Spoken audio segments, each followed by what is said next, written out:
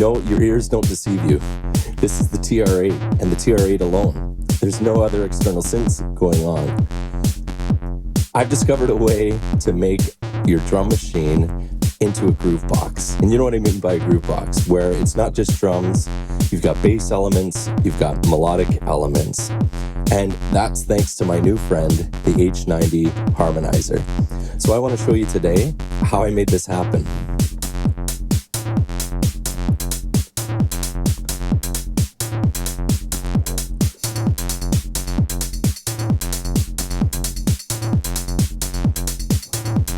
So let's dig in. All right, let me give you a little introduction here. I am really into electronic music and the gear we use to create it. And I've started this YouTube channel as a chance just to hang out together and share ideas and learn together. And let me take you on a short journey on kind of my background with hardware. I'll probably make another video on this in the future, kind of giving you more details. But it's been over the last, I don't know, probably 5 years that I've really gotten into hardware as opposed to in-the-box production. And you know, it was a lot of fun getting into it, all of that. I love the sound. But one of the things that I found really important, and it's kind of obvious, but it's important to talk about, is that external gear, it can hold its value. If you buy it used and you take care of it, you can resell it down the road. And that is a big difference when it comes to software. So many times you get a new plugin, you spend, sometimes $200 on it, and you realize, I can't sell this thing. And when you need to update it, it becomes almost obsolete. And I had found that with hardware, you don't have that problem. And the cool thing is you can buy and sell your way into better and better gear. So that's what I've been able to do. Now, in the last year, I recently got into external hardware effects. I was skeptical at first. As a guitarist, for some reason, I never really got into the whole effects thing. I preferred the pure tone of my Tele and my Fender Hot Rod Deluxe amp. But when it came to synthesizers, it's been a different story.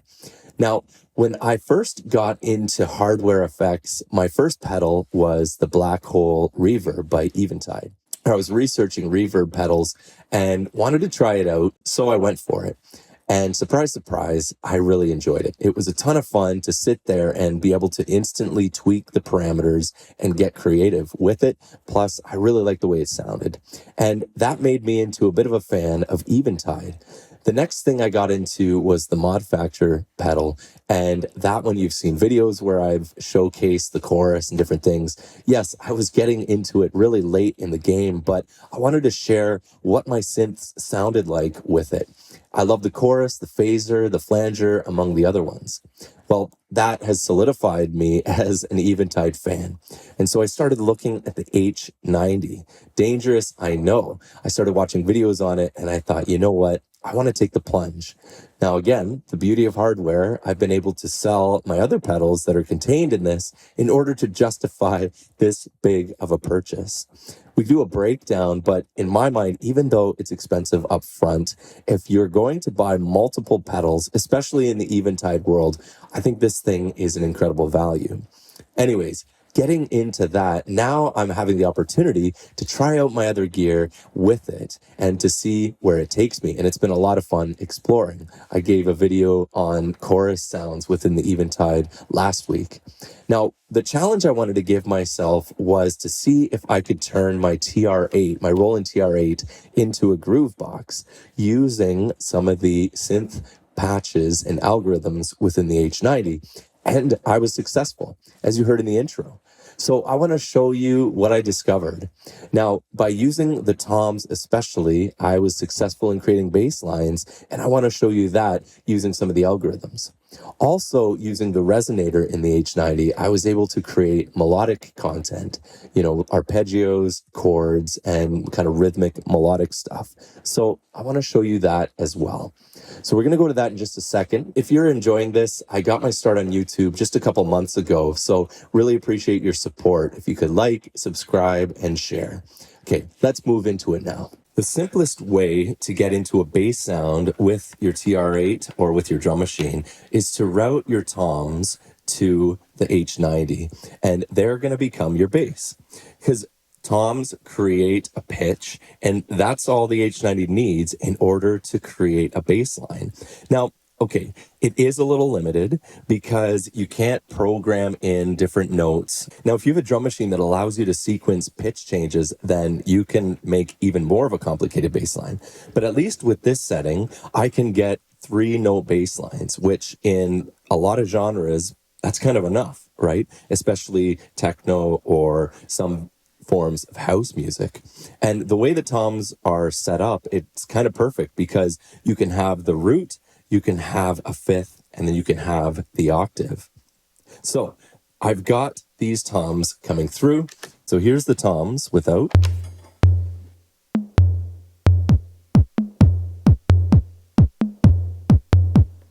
And I've got them side chained. So I've got them coming into the H90 and then back in here.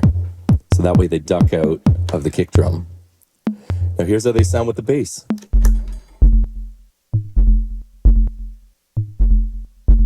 Isn't that cool? It's just got a nice kind of triangle-y wave sound. Now here's with the kick.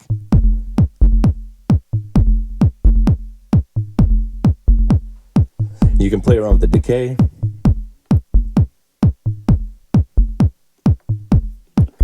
And now we can add the third note too if we want.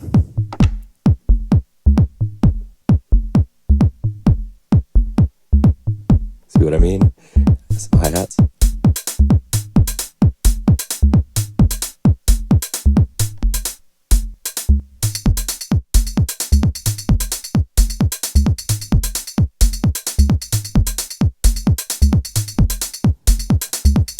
Nice, right?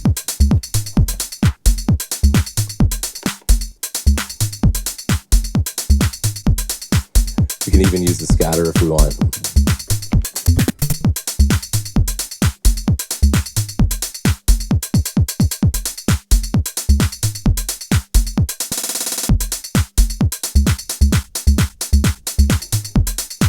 Because it's coming in. So that's without. Now the thing about the H90, you can have 2 algorithms going. So if you want to just focus on bass, you can add in some distortion to create what was going on in the intro. So that's what I've got going on here. I've got the aggravate happening. So take a listen to this. 2, 3.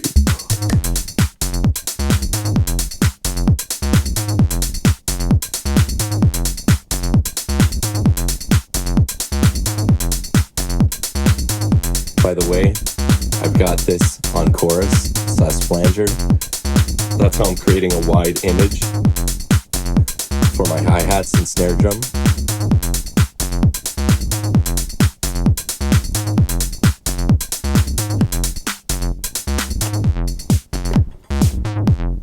Isn't that cool? And then obviously you've got the sound, so you can play around with it. You can perform with it even.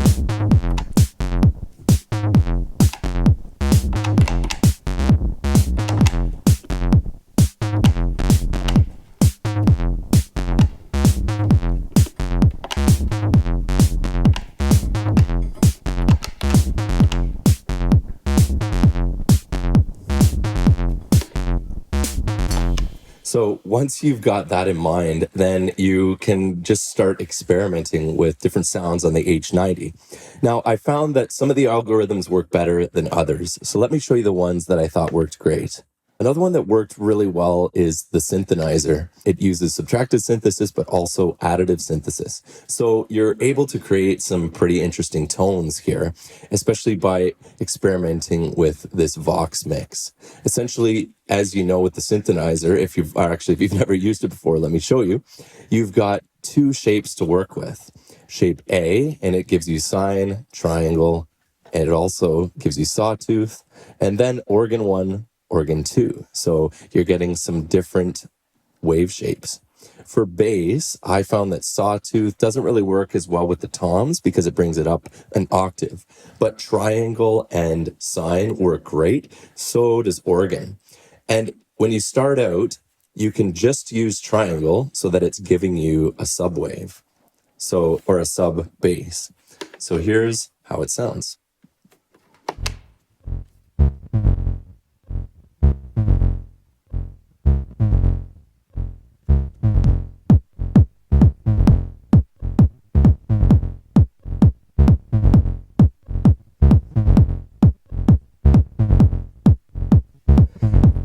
Now, with the Synthonizer, you can do additive work.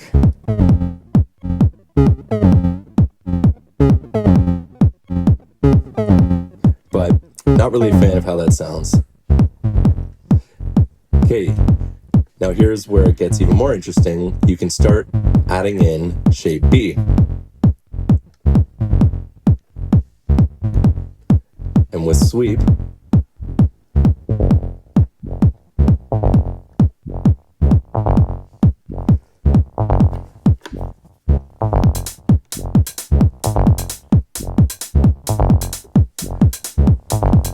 I had to shuffle it. This is a bit better for house, I'd say. Let's experiment with some different rhythms.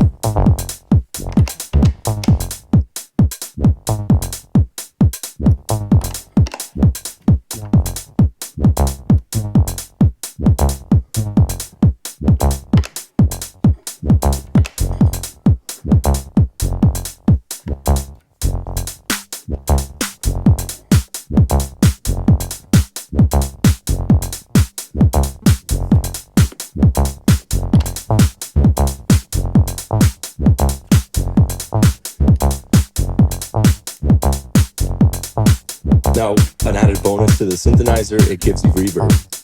So you can create a room sound for your bass, kind of fill out the stereo image a bit.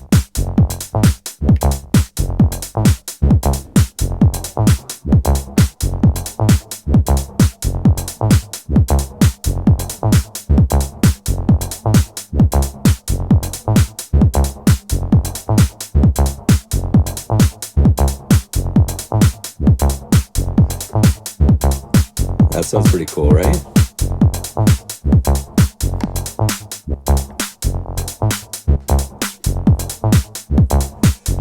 Okay, added bonus. Because I've routed different things, sorry if I'm saying routed, you prefer rooted, just used to saying routed. Because I've separated channels, I've got this RC going out a different channel. And so it's coming in to the Polysynth algorithm, which can create some interesting kind of lead lines. You're not able to make melodies with it, but check this out.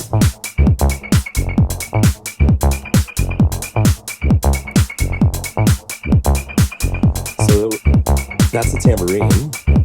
It's kind of a percussive thing. The reason why it's going up and down in pitch is because I've got the LFO going, and its destination is the pitch. We can change it so it's even more dramatic.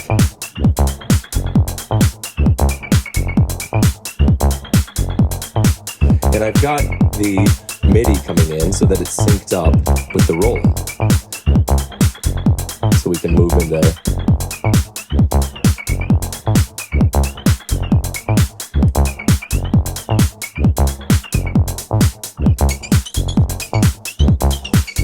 Now, you can get into things that are a little more melodic by changing this over to the cowbell and the 808.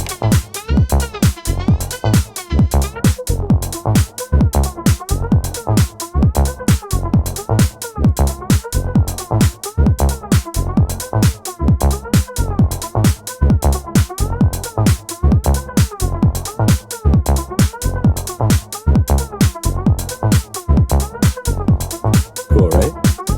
You got different stereo options.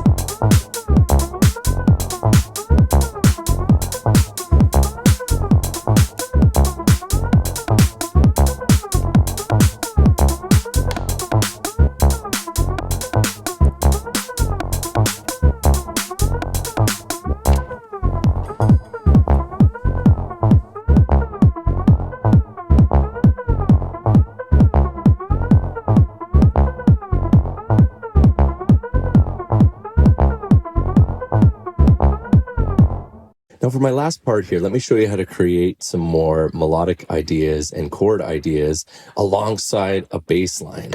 Now what I'm using is the Resonator because it allows for a really nice sounding melody. And what we can do is we can actually choose, we can experiment with the rhythm, and we can experiment with which notes that are being played. Now, in order to make it work, you need resonance all the way up to 10 or minus 10. Each of those give us a bit of a different sound when it comes to the oscillator sound. We can have reverb as well as a bonus. Now, here's what it sounds like without anything.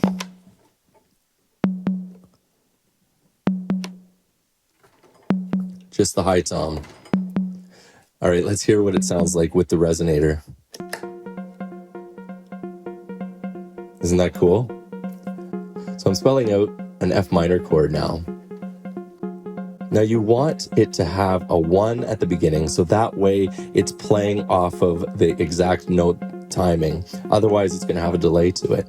If you want to create chords or harmonies, then you just need the same number. If you want it to be a complete chord, you just have everything be the same number.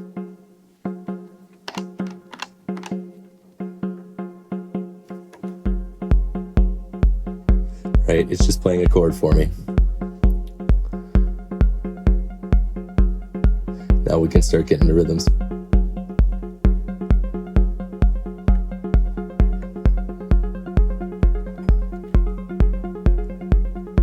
More of an arpeggio.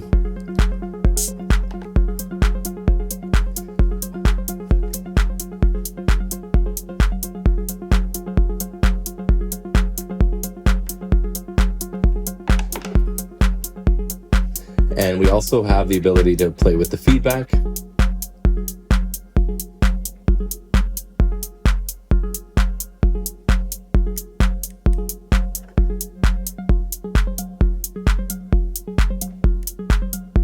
We've got reverb.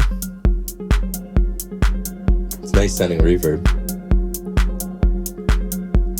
And now with resonance, if we go to minus 10, it's going to be a different oscillator sound, more of a square, a bright square, completely dry. Let's hear what it sounds like with a different kick drum. That's nice. One of my favorite groups is Faithless. This reminds me of them.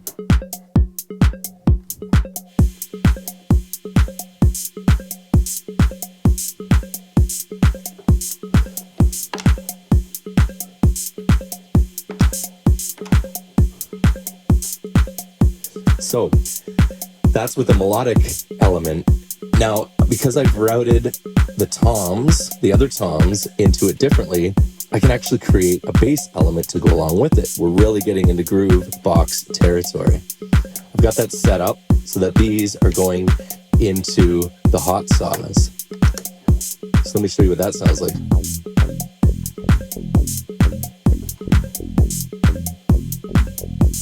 Right?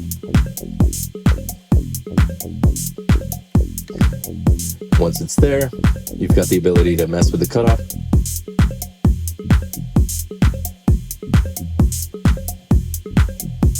Cool, right?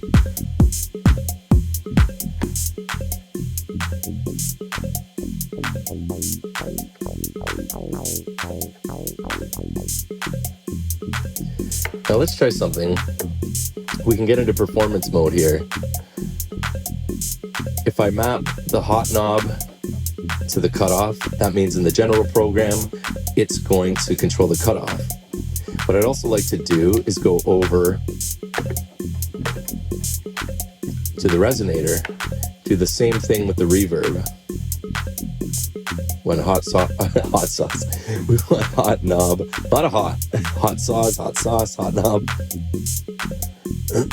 Sorry about my voice, by the way, I'm just getting over a cold. Okay, now when we are in the general program, it's going to change the cutoff of the saw, and it's going to change the reverb. Perfect.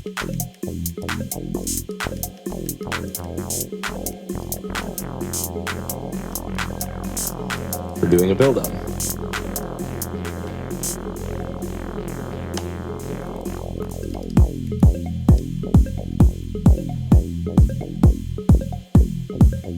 Decay gives us decay over the synth.